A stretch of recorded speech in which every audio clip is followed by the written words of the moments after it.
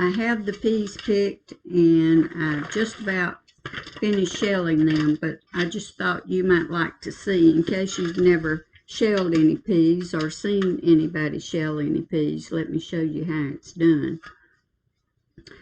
The top and the bottom of the little pea pod have seams, and you'll need to find the top. And on this particular pea, now not all of them have it, but this particular pea, it's called a white pea, it has a little hook on the end, and the little hook points down. So all you have to do is have it turned, the upper seam turned up with a little hook down, pinch off the little end,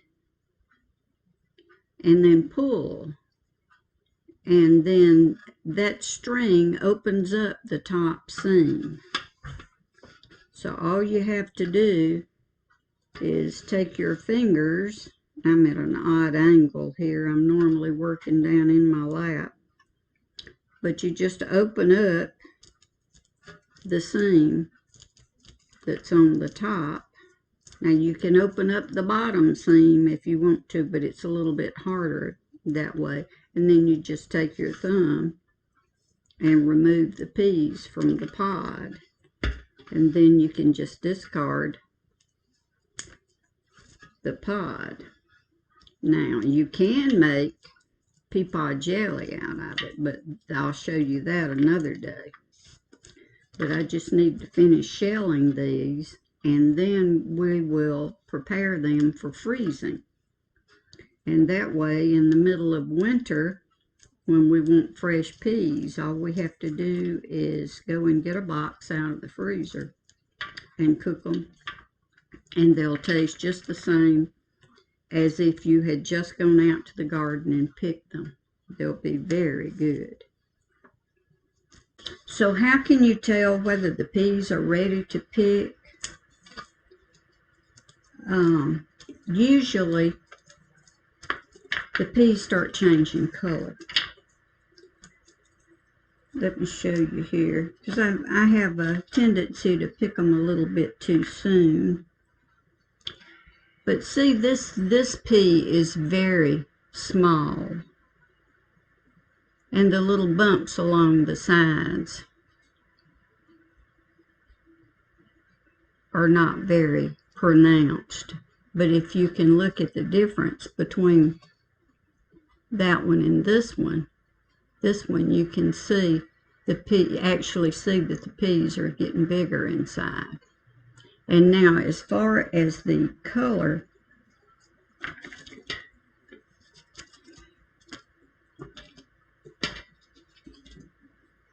now on a pink eye purple hull or a purple hull pea, the hulls will change color dramatically.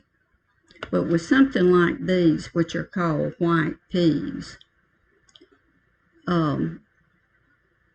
they're green to begin with, and then they start changing color. Can you tell that see, this is beginning to be a little white, and then these particular peas turn pink when they're ready to pick. See the pink on that? So it normally would be just the pink ones that you would pick, but I kind of get hungry for the peas and I can't wait, so I actually pick some before they're ready. But this one is very close to being ready. You can see that it's filled out and it's got pink on it, a good bit of pink. So it just depends on the pea, but they are green to begin with, and then they start turning a little white, have a little white blush, and then they'll change color to the color that they'll be when they're ripe. And this is actually the pink. I have the peas shelled, and we're ready to go on to the next step. So I've got a Dutch oven here. about halfway, close to half filled with water, and I'm putting it on the stove to bring it to a boil. We're going to blanch our peas before we freeze.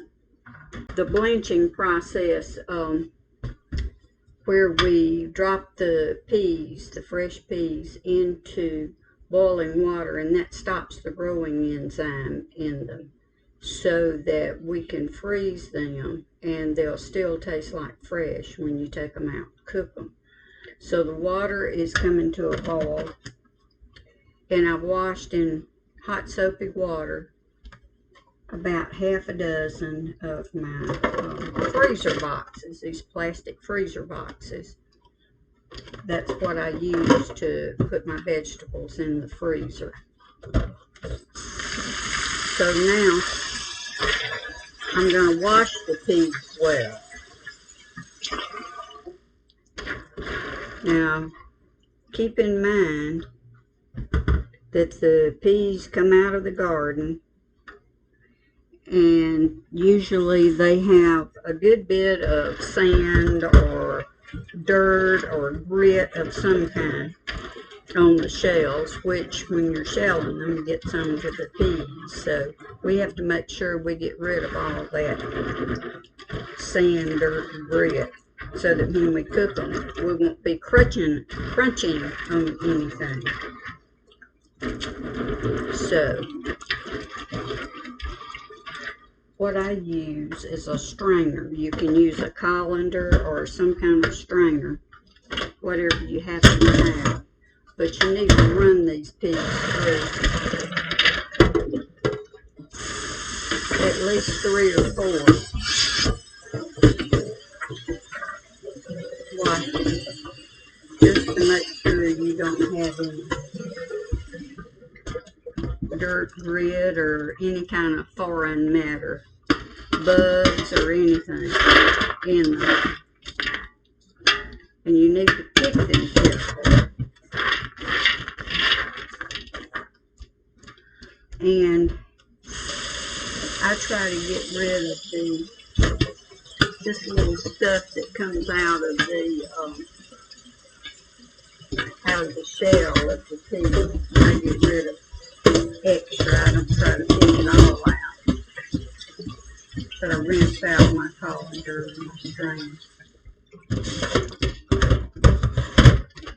after every washing. Now, normally when I'm canning or freezing any kind of vegetable, I'm doing a big batch, like a bushel of peas, for example.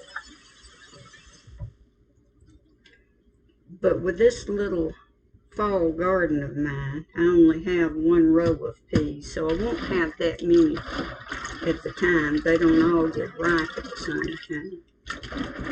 So this is actually 2 different pickings.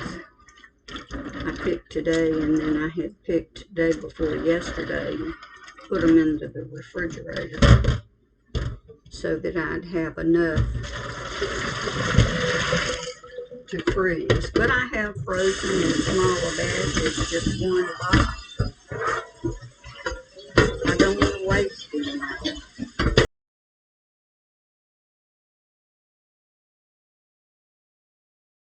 To pick them over carefully, make sure there's nothing in them that shouldn't be in them.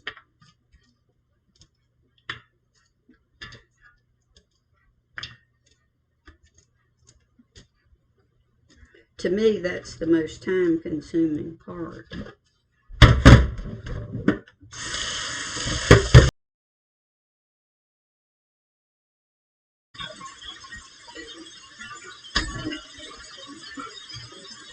But even if I do a bushel, I wash them in small batches. I don't do the whole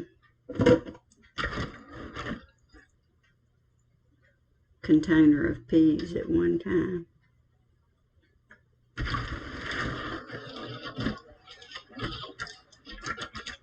And when you've got water on them, you can run your hands along the the bottom of the pan, and you can pretty much tell whether they're clean. If you don't feel any grit of any sort, then you can be confident that you've gotten them clean. And the way these peas grow, the peas are standing up on top of the plant unless there's come a hard rain or something to splash dirt up on them. They're going to be pretty much clean when you pick them.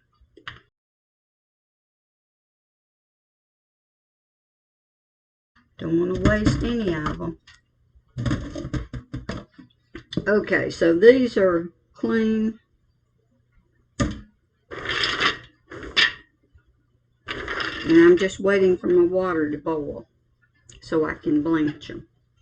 The water's now at a full rolling boil, and I'm going to drop my peas in. I've washed them really well, and I'm going to add the peas to the pot of boiling water.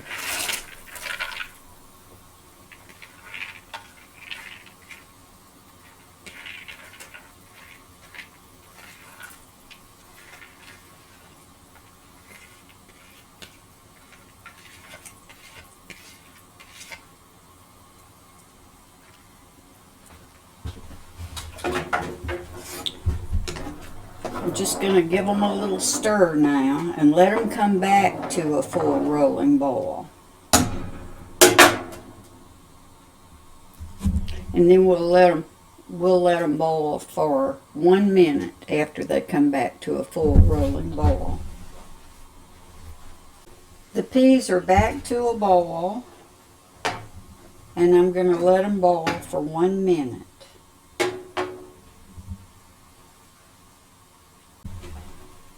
This is what kills the growing enzyme, so that when the peas are taken out of the freezer and cooked, they'll taste just like they would today if we cooked them. They'll taste fresh.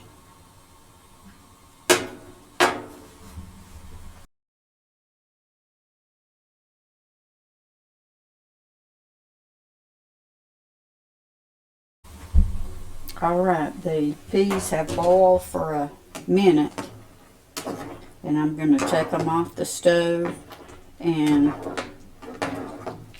pour them through the colander. Run some more water in about 3 times and cool them down.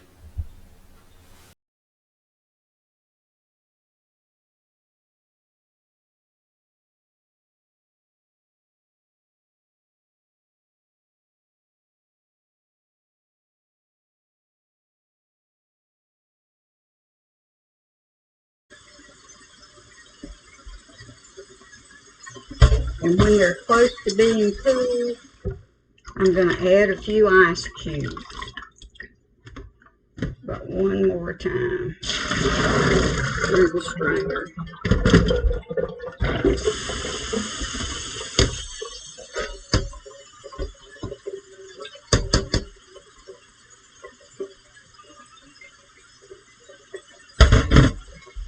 These peas are just beautiful, and they're going to be delicious when they're cooked.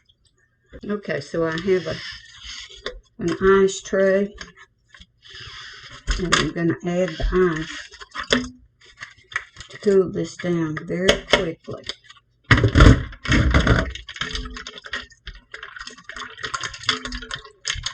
Anytime you put vegetables in the freezer, they have to be completely cool. Not just almost, but completely cool. And you can tell the peas here are cool when you put your hand in it, all the way down in the water. If you don't feel any warmth at all, then it's ready to put in the freezer. So what I usually do, and it will depend on how many people you're feeding, how much you want to cook at the time, but I usually put 2 cups, or almost 2 cups, into a container. Some of these containers are very small, and you want to just cover it with water.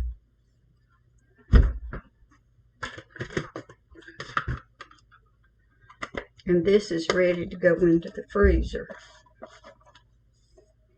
as soon as I label it. I'll dry it very well.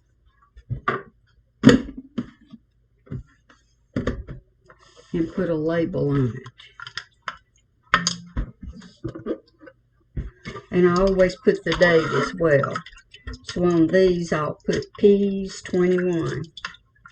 So when I look back, look through the freezer for something to cook, I'll cook the oldest ones first.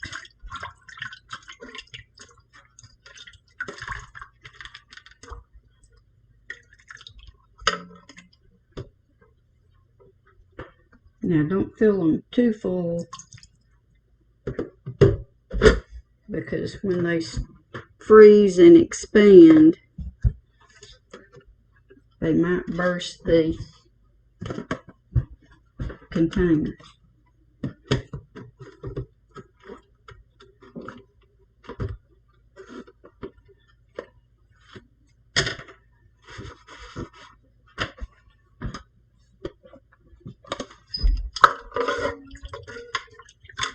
So it looks like we're going to have 3 boxes to put in the freezer. And add a new piece of tape. And I'll put peas 2021 on. If you found this helpful, please like and share. And thanks for stopping by.